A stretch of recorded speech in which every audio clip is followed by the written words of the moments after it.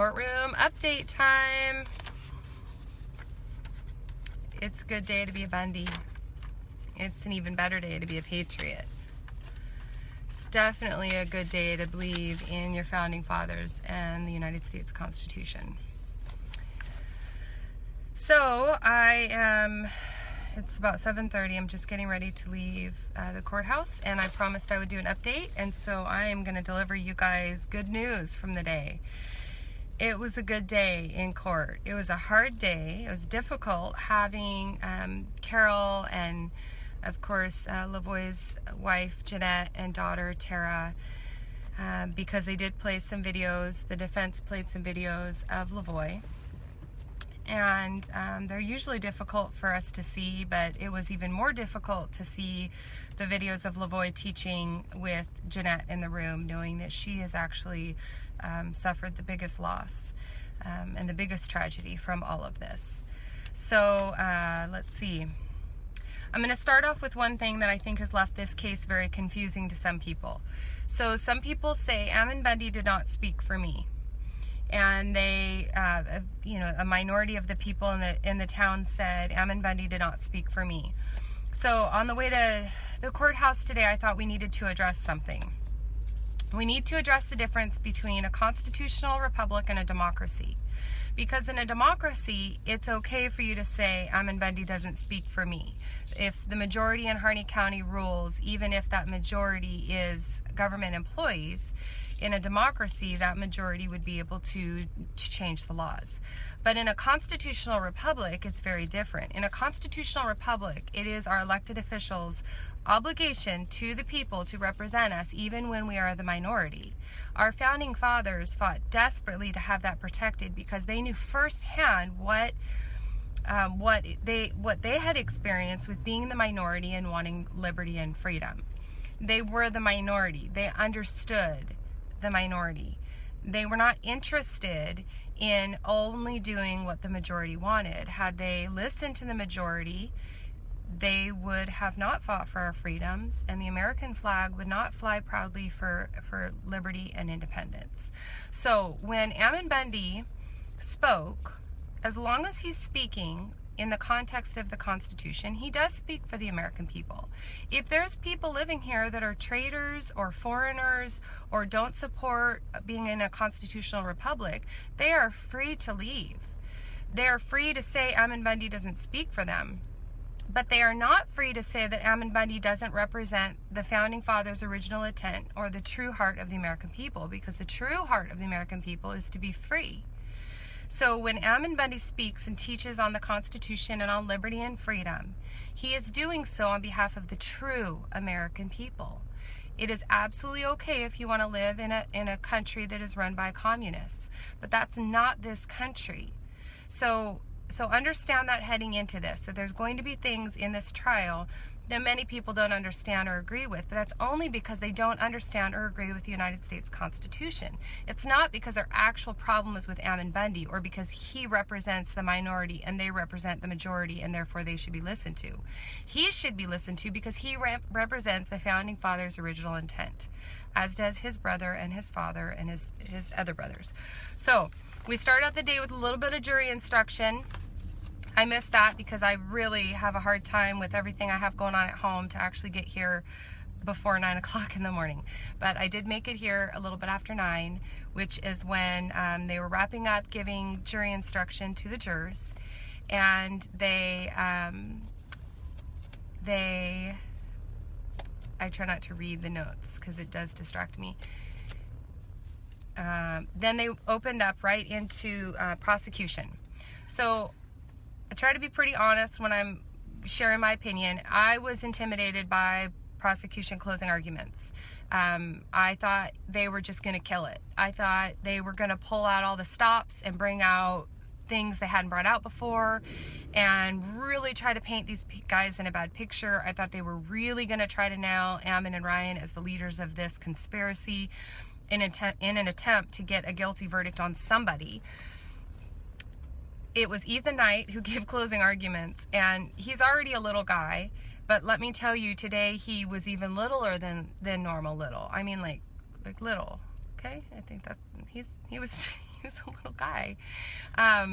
His voice was quiet. He stumbled over what he was saying. He didn't believe in what he was saying. You see, the last couple days, a lot has come out about the prosecution. The fact that the prosecution sent an FBI agent to interrogate a witness, an FBI agent who had just come off the witness stand for the prosecution, then went and interrogated Dwayne Schrock, and that came out in court. Another thing is they've constantly brought up the shooting range, and yesterday, of course, the witness Kilman came out and revealed that he was a government informant, and he was the one leading the training. And we've heard all about this training that Jeff Banta did, learning how to pull people out of the car and disarm them. And then here we learn just before the end of the case that the person who instigated that and showed up on the scene to teach that was in fact a government informant led by the government. Okay, so something they were trying to use, and the picture they were trying to paint was in fact a government employee doing this work.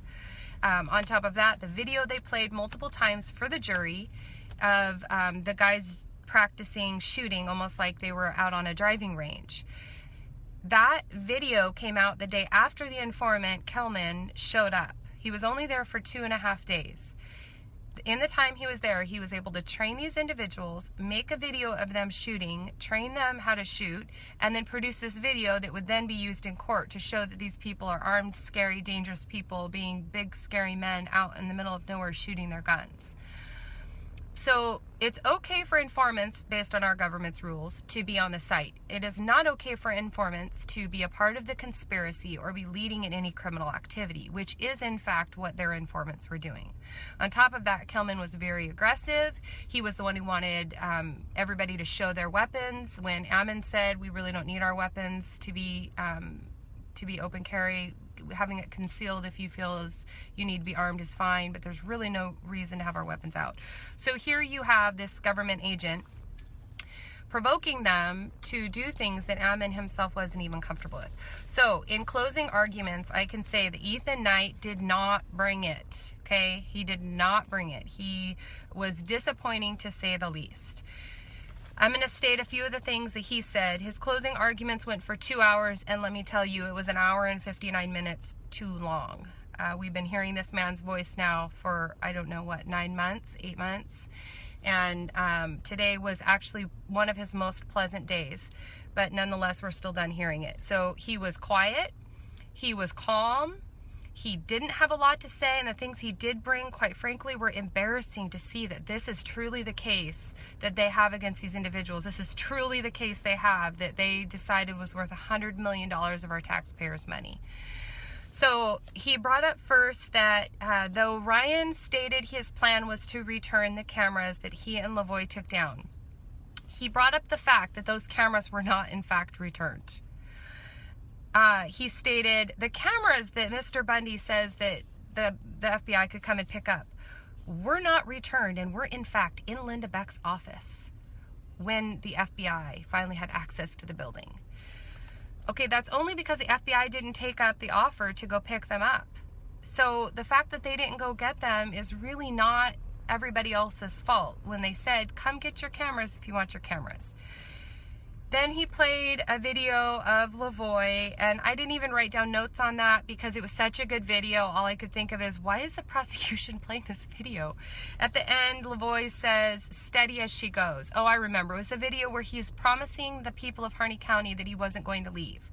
And I was thinking, the prosecution thought that they were showing how Lavoie intended to stay, but I was watching it, listening to how honorable he was, that he was promising the people who wanted him to stay that he wouldn't abandon them and he wouldn't leave. So it seemed a little bit silly because he did specifically say, for all of those who are worried that we are going to abandon you and leave, we are not going to leave. We are here for the long haul. And at the end he said, steady as she goes. I thought it was a great video. Let's see, he stated that there were firearms in areas that no firearms were permitted. Let's see, he said no weapons were permitted. So closing arguments, they can kind of lie because it's closing arguments. And opening arguments, they can do the same thing as long as they focus on evidence that was brought forth in the case.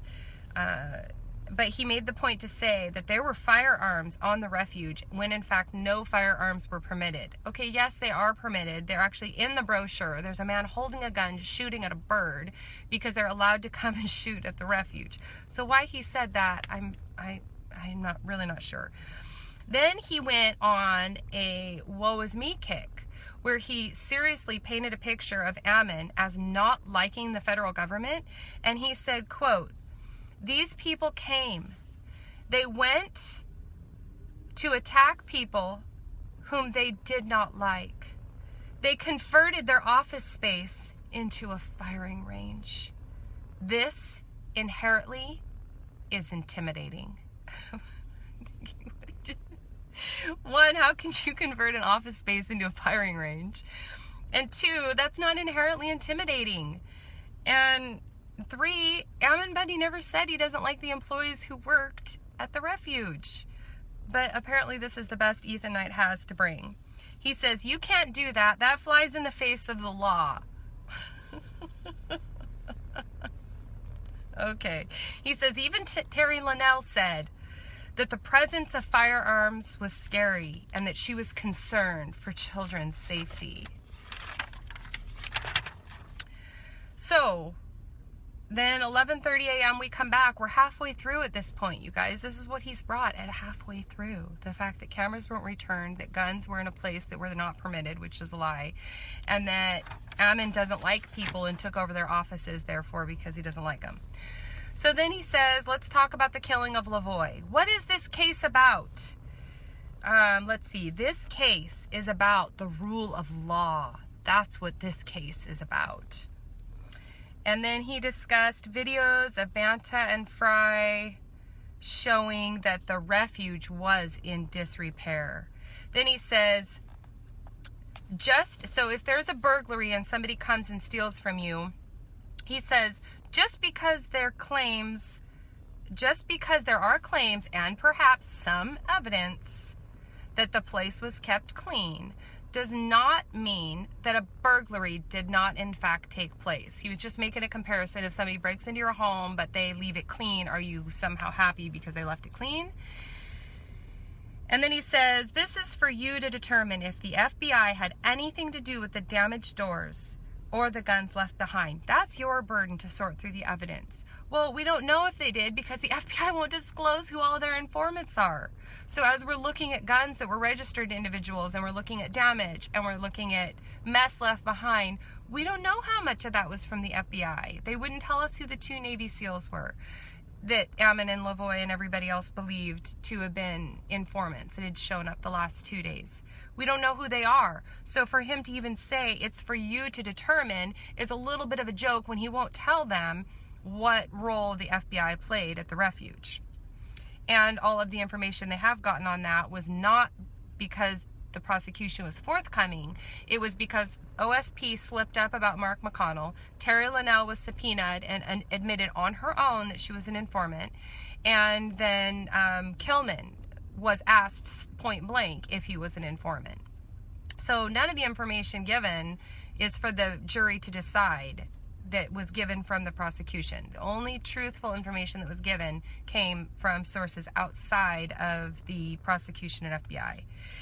Then he says, there's this focus around all these guns that were left at the facility. This is not a whodunit regarding who owned what gun. They were all there. They all entered into a common space that was not their own. Trenches were dug. Garbage was left. Computers were used. A woman's paperweights were taken from her desk. I'm not kidding you guys. An employee's wildlife jacket was taken. I'm sitting there going, did you really just include that in your closing arguments? The paperweights were taken and a employee's jacket was missing? Is this the best you can bring, little Ethan? I felt like putting him on my lap and reading him a bedtime story is what I really wanted to do. I just thought, he's had a rough day. Let's just try this again tomorrow, because he is not ready to bring closing arguments at this time. He says, It's important to notice that everyone has a role in a conspiracy. And then he brings up Ammon's phone, the printout they got off Ammon's phone that listed each person's role, and some of them they had to work on claims, some of them was media. He says, see, everybody had a role, whether it was the cook or the person working on the plans to state claim of the refuge. And he says, at the end of the day, all of these roles were fulfilled in somebody else's space, and they kept them from using their space. Okay, now, so like the last, I don't know, half hour, he just goes through and lists the evidence that they have for each defendant. So Ammon Bundy, he says, who is Ammon Bundy? Get this. Ammon Bundy is a man who believes that certain rules do not apply to him. He selectively chooses what he will and what he will not follow. Mr. Bundy wanted the sheriff to break the rules. You know, the Constitution that he wanted him to uphold. He wanted him to break the unconstitutional laws and uphold the constitutional laws. Our founding fathers would just be disgusted in that, right? He says, let's see, he led others to take over a federal building. He advocated taking a hard stand that was more than just a protest. He kept talking to the media, and keeping everything in the light. He kept talking to the media and stating the role that he was playing, that he clearly was the leader. The Malheur Wildlife Refuge does not belong to him. It was not his to use as his platform. To which I wanted to say, it wasn't yours either, but you guys stole it from the people of Harney County. But we're not going to talk about that because we're talking about a conspiracy charge, not about who truly owned the refuge to start with. Ammon talked about, he brings up, seriously, this is the end. I'm about to tell you the end of the evidence he has that Ammon Bundy joined into a conspiracy. There was this maroon pouch that had money in it and credit cards of the Friends of Malheur Wildlife Refuge or something. So, sorry, phone call. When it was located and they asked him on the stand why he had that with somebody else's money in it and cards, it was in the exact condition he found it. So receipts clipped with X amount of dollars, clipped with a receipt, clipped with X amount of dollars, just totally how he found it. And they said, why did you have that? And he said, I was keeping it in a safe place because it didn't belong to me. So he tried to bring this up again, stating how Ammon Bundy chooses when he will follow the rules and when he won't. So he thinks he has the right, he says, to take over, I think it was 190 or 188,000 acres and make it his own. But he doesn't think he has the right to take this little pouch with money in it. Ammon Bundy just chooses his rules, what he will follow and what he will not follow. But the really funny thing about that, well, it comes back in the Mumford, I'm thankful he addresses that in his closing arguments and makes the point that in adverse possession, you do take over the property, you do take over the building, but that Ammon Bundy was not trying to steal from the people, the Malheur Wildlife, Friends of Malheur Wildlife Refuge, and that was not his money. Now the land, he had a right through adverse possession to stake a claim and to take that. But they have even said, the defendants have even said there was a point where they were getting boxes, getting ready to box up all the supplies that were in the building to return it to the employees, because they said these possessions within the building that we are adversely possessing don't belong to us. So we're going to return these back to the people. And some great statements were made about that in closing arguments from Mumford, but I'll save that.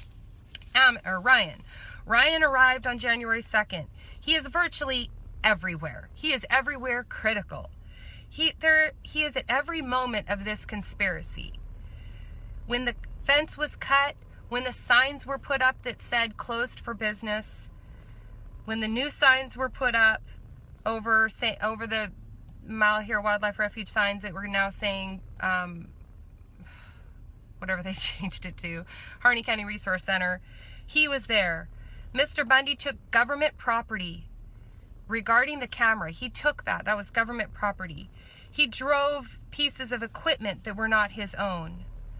He can be found as a principal, or he can be found as somebody who aided and abetted. But either way, Mr. Bundy was very a part of this conspiracy. When Mr. Bundy offered to come get the cameras, Mr. Appleton didn't feel comfortable going to get them. That's it. That was his evidence on Mr. Ryan Bundy. All I can think of is they're probably going to nail it tomorrow with their last 2 hours, but I thought they would do that today and they didn't. So Shauna worked with Lavoy, Ammon, Ryan, David Fry. Clearly she had a role as leadership in this conspiracy. Her title was to work on maps and titles. Almost like they were trying to adversely possess this piece of property. She even did a radio show, and she stated this. She had a thumb drive with information that she had copied, records that did not belong to her, rummaged through other people's things. Let's see. March 25th, in this interview, she states that she was gathering information that was not her own, because she was going to exonerate the Hammonds. Oh wait, if she was getting information to exonerate the Hammonds, you would think that it was probably things that were public record. But that wasn't hers, never mind.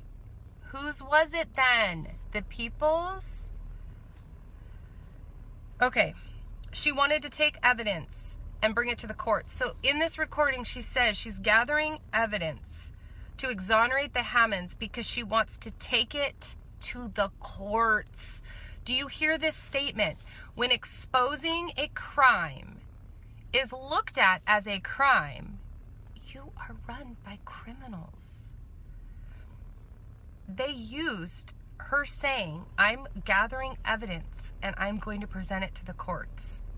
And they tried to present this as something bad. This is what they have on Shauna Cox. In the video, it states she wants to hold the land in adverse possession and give it back to the people of Harney County. Oh, these Americans, they're so greedy and selfish, everything that they're doing, trying to give this land back to the people of Harney County instead of letting the federal government own it. How dare they? She states there's been managers through the years who have been problematic.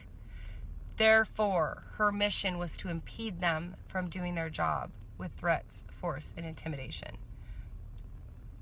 Not hardly, but okay.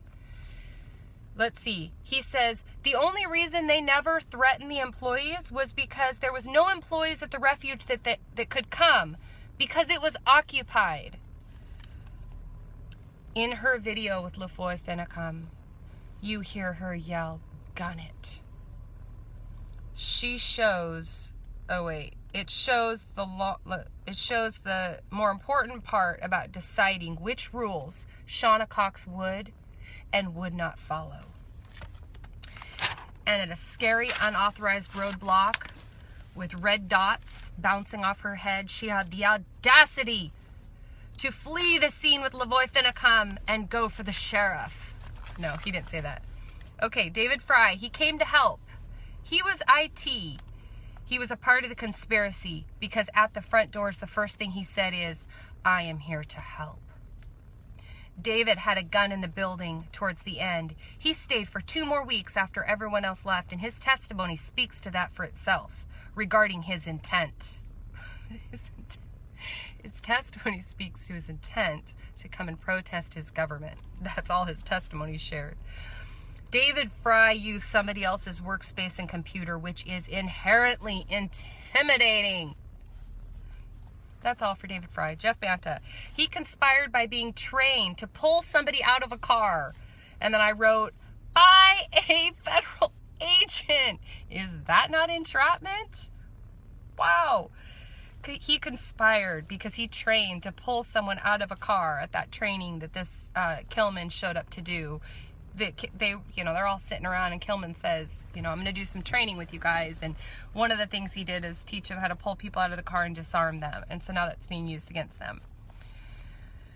So it's something good to note that when there's provocateurs amongst us, there's many of them that we've seen that have tried to get us to do things that we were uncomfortable with. It's important to listen to your gut and to say, you know what, I'm not comfortable with what you're leading us to do. This just doesn't feel right. Because in the end, there's a good chance you're being set up. He states that he was upset about the Hammonds. He was a part of this conspiracy. This land was tied to that issue, and that is why he came here. Let's see. He reported to us on the stand that he was only to let Oath Keepers in. Okay, hello, you're supposed to be an Oath Keeper yourself as a government official, so why would you think you would not have been welcome in if he is only supposed to let Oath Keepers in? Doesn't that mean that federal agents and federal employees representing the people would be welcome in unless they themselves are actually not upholding an oath? Then they wouldn't be an Oath Keeper. And that's their own problem, right? Then they're not actual officers of the United States of America if they're not going to be an Oath Keeper. So in that case, he wasn't hindering them from coming. He says he would not have let BLM employees or Fish and Wildlife in had they come.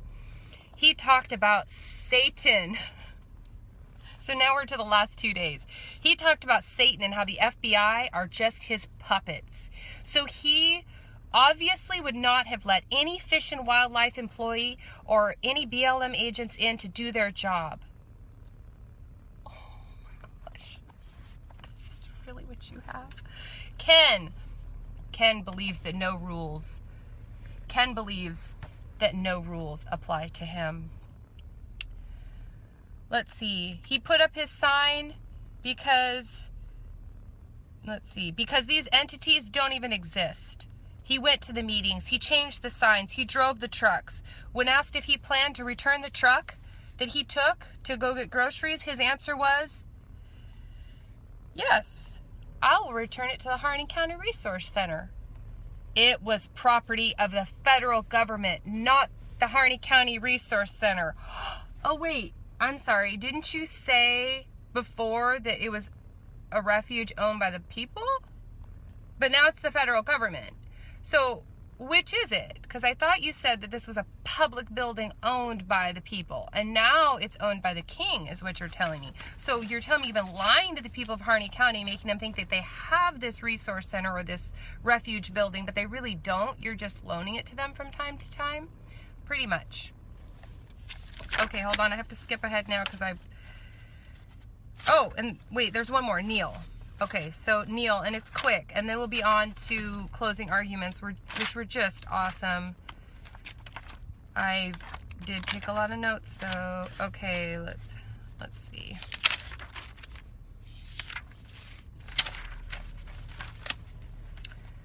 I can find them. Neil was the cook, guys. Okay, that's what he did. He was the cook right alongside Melissa Cooper.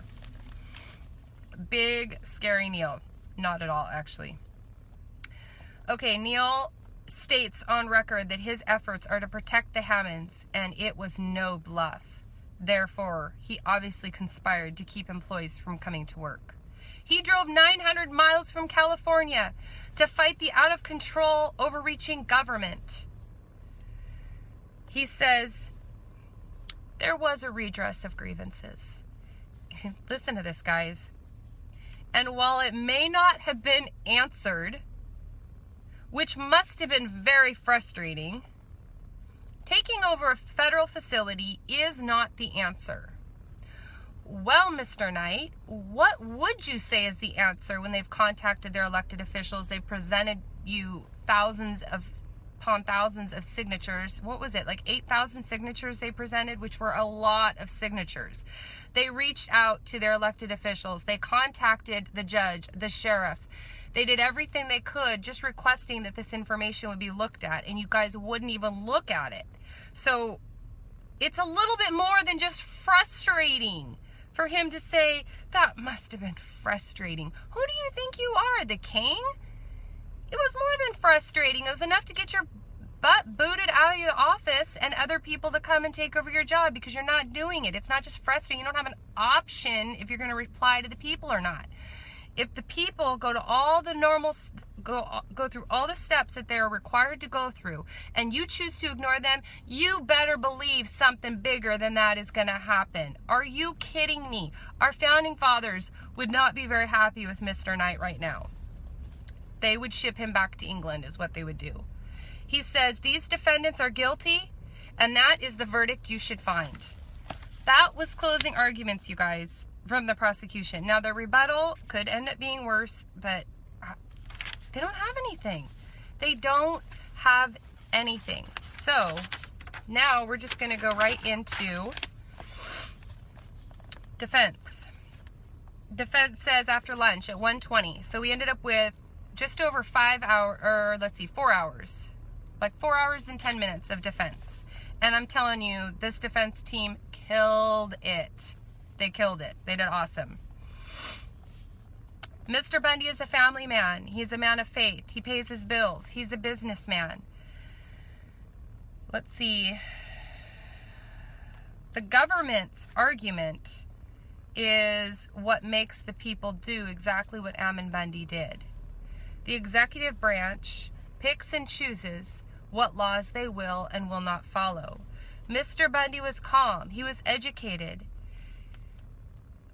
Let's see. Thousands came to this cause and this movement. It was an honor to try these men and these women behind me as they fight for their liberty. So Mr. Mumford did not, he didn't stutter as much. He was much more calm. I think when he talks more quietly, he doesn't stutter as much, but he really did an amazing job. I mean, I'm Maxine, if you're watching this, I'm really looking forward to your report on Oregon Live tonight, because you sat right next to me and both of our pens were running the whole time. And there were moments where I just really felt that you were understanding that this is so much bigger than grazing fees. And I hope that's the case, and I'm excited to read your article. And I hope that you might even include what I told you about the grazing fees and how Cliven Bundy did pay his grazing fees, but he paid them to the state of Nevada, and the state of Nevada wouldn't accept them, but he refused to pay them to the federal government. Maxine and I talked about this for a minute, and she said, "Are you sure?" And I said, "I'm sure." But I said, nobody wants to talk about how Cliven Bundy isn't a welfare rancher, and how Cliven Bundy is actually just an incredibly patriotic man. That he's a principled man, and principles matter to him. And this principle is, it's not the federal government's land. This money belongs to my state of Nevada. He has no problem paying his grazing fees, you guys. You got to get over the grazing fees. It's kind of like yesterday's news, because it's not true. Okay. You've seen a fight. You've seen a struggle. We have been pushing for the truth this entire case, and we have been denied. What you see is government overreach. You see the government going too far. They did this to the Hammonds, who lit a fire to stop. They did this to the Hammonds, who lit a fire to stop a fire that the BLM actually lit. We presented you the facts so that you can stop government overreach. So then he quotes something from John Adams that talks about the importance of a trial by jury.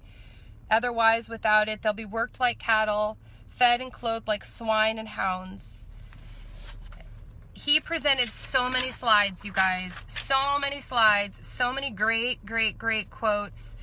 He presented videos, Lavoie, Ammon. He presented the most of the K2 interview that Ammon did when he was at the refuge, which was actually one of the videos that really woke me up and got me listening. And so it was kind of surreal to listen to it and be sitting in the courtroom and be looking across at Ammon and Ryan and looking next to me at Jeanette and Carol. And after just visiting Ammon in jail this weekend and just thinking about how different things look than they did when I was listening to that interview at home, how much more complete they are, how amazing it is to be exactly where I am. There's no other place I would want to be than right here in the middle of this case. It's an absolute honor. And they played this video for the court, and I thought that was just great. He played tons of clips. Let's see. So he says, the government picks and chooses when it will follow the Constitution. Should Mr. Bundy have just called his congressman one last time? Mr. Knight excluded that the proper channels had already been taken. He laid this out so beautifully. I'm going to miss like half of it because I could only write so quickly. Then he quotes Woodrow Wilson. Let's see. If you want to make enemies, try to change something. And I thought that was great. Because that's America, right? That's how our founding fathers made their enemies, is they brought forth change. And that's exactly what Ammon Bundy did. And he's so misunderstood right now, and he is fighting for change. He's fighting for change for us. He's fighting for freedom from government overreach for us. And he's hated by many people. And I'm so proud to say that I am too hated by some people now. It really does make me feel proud, because I feel like I'm in really great company. He says, what will we leave for our children? If we're going to bring change, we have to bring change now. Let's see. His problem is not with the employees of the BLM. His problem is with the employer. The employer will not respect limits. They've charged him with conspiracy like a mobster, like someone who does something in the dark. And Ammon Bundy did nothing in the dark. 1,000+ people came to do what? To commit a conspiracy? A conspiracy is not something that you do in the light, as Ammon Bundy did. Why did he want to end up in court? Because he knew that this was a title dispute. He knew that the federal government had not received proper authority through the legislators to gain ownership of this refuge. He wanted this to be in the court so that he could challenge the title issue. He knew that they would be able to provide the evidence to the court that they didn't acquire the land based on the Constitution. He says, let's see, there were more confidential informants than we have defendants in this room. They charged the cook, but not the informants running the shooting range. Think about that one for a minute. They charged the computer kid, but they can't identify the 2 Navy SEALs who came the final days and kicked doors in, smoked inside the buildings, were destructive, and yet they had surveillance on the refuge the entire time. They had all these informants inside, yet they still cannot identify these 2 men. Because if they identify these 2 men, they'll be able to prove that these 2 men actually kicked in the door and caused damage, which would then, that'd be bad, right? Then he goes on to explain what the presumption of innocence beyond a reasonable doubt is.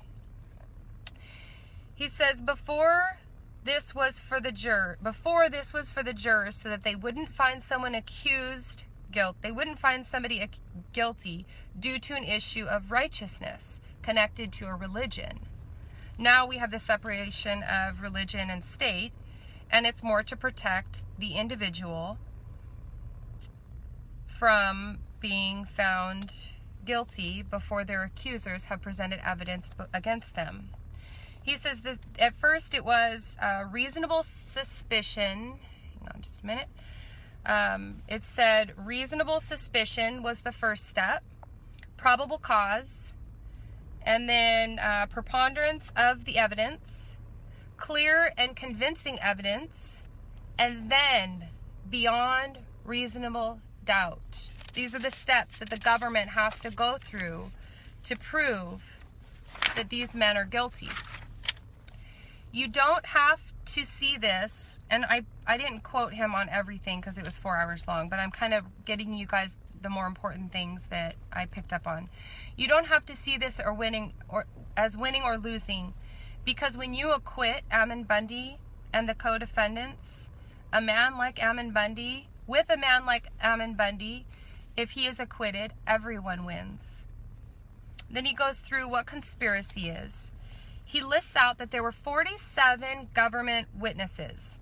Of the 47, every one of them except for 3 were either FBI, United States Fish and Wildlife, Malheur Wildlife Refuge employees, or state police. 47, all but 3. Now listen to this. Of those 3, let's see, of those 3, 2 were paid. Wait, Butch was one of them. And then Nicholas Bluer, something was off with him. Okay, of those 3, only 2 of them were not paid. knowingly paid by the government, because Andy Dunbar was paid, him and his son, $4,000 and lied under oath repeatedly. So of 47 government witnesses now, we have 2 that were not paid. One of which was Nicholas Bluer, who was smirky, and you could tell something was very off with him. And the other one was Butch Eaton, who actually turned and became a witness for the defense while he was on the stand. So of the 2 that were not paid, one still appeared like something was off and like he had some deal that was being made. The other one turned and was actually a witness for the defense. Agent Jones had his interview with Dwayne Schrock and kept asking questions after Dwayne told him to stop. Jones never even went to the refuge, yet he was questioning Dwayne on how many guns were there. How did he even know how many guns were there? He was only going on the information that his informants told him. And yet he was questioning Dwayne, trying to get Dwayne to admit that there were more weapons in the daylight that he could see when he was there than was actually present. Dunbar could not have been telling the truth about what he could see from the gate. So they did a couple of videos over the last couple weeks, and they didn't explain to him. Actually, some of them they did at the beginning of 6 weeks. And they didn't explain to us what they were, but we knew they would tie in somehow. So he says, remember the video that we played for you guys where we drove in between Dunbar's property and the refuge? And we pointed out what all the visuals were, what you couldn't see? Now I want you to go back and think about Dunbar's testimony.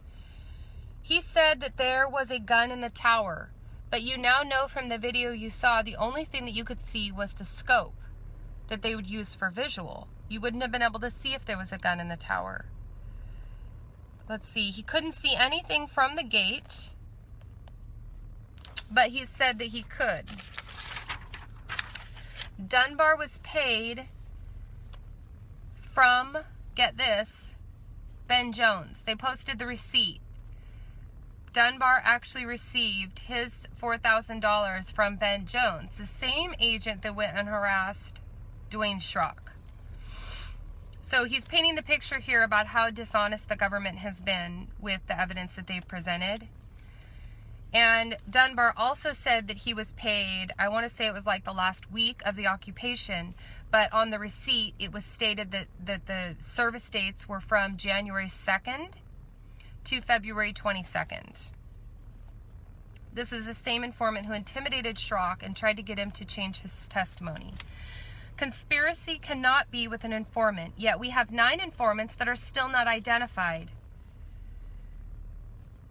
So we have Terry, Mark, Fabio, and that's all. Those are the 3 we have identified. Let's see, the video at the shooting range was the day after Kilman, also known as Fabio, arrived, and he led the group at the shooting range on January 25th, and then of course presented that video. He was there January 24th through the 26th. They asked at the ambush when they said that Ammon Bundy was almost friendly when they arrested him. Who in the car with Ammon Bundy had a gun? There was Ammon, Mark McConnell, and Brian Cavalier. Is that all? Was there just 3 in that car? What does that sound wrong? Am I off on that, guys? I don't know. I think it must have just been the 3 of them. It's too late for me to go back that far in time. Mark McConnell was the only one with a gun. And they keep talking about how the presence of guns was so heavy, and yet when they pulled them over, Mark McConnell, the informant, was the only one with a gun. 3, yes, I'm right, okay. Who were the other 6? Did they contribute to the conspiracy? We don't know who they are because the court has sealed their names. The government will not be forthcoming with these witnesses that have been brought before the defendants. Then he showed Exhibit 110, a red-haired, bearded man at the refuge with a gun. He says, remember at the beginning of the case how the prosecution used this to show how intimidating the men at the refuge were? And he said his point over and over was how deceptive the prosecution has been with all their evidence. How their evidence truly has not been evidence.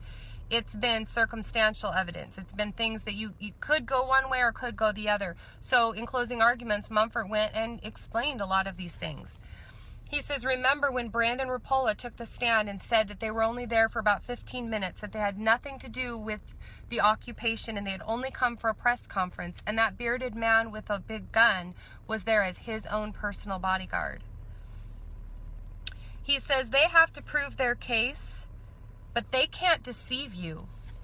Do you feel deceived right now? Ammon has waited 9 months for this.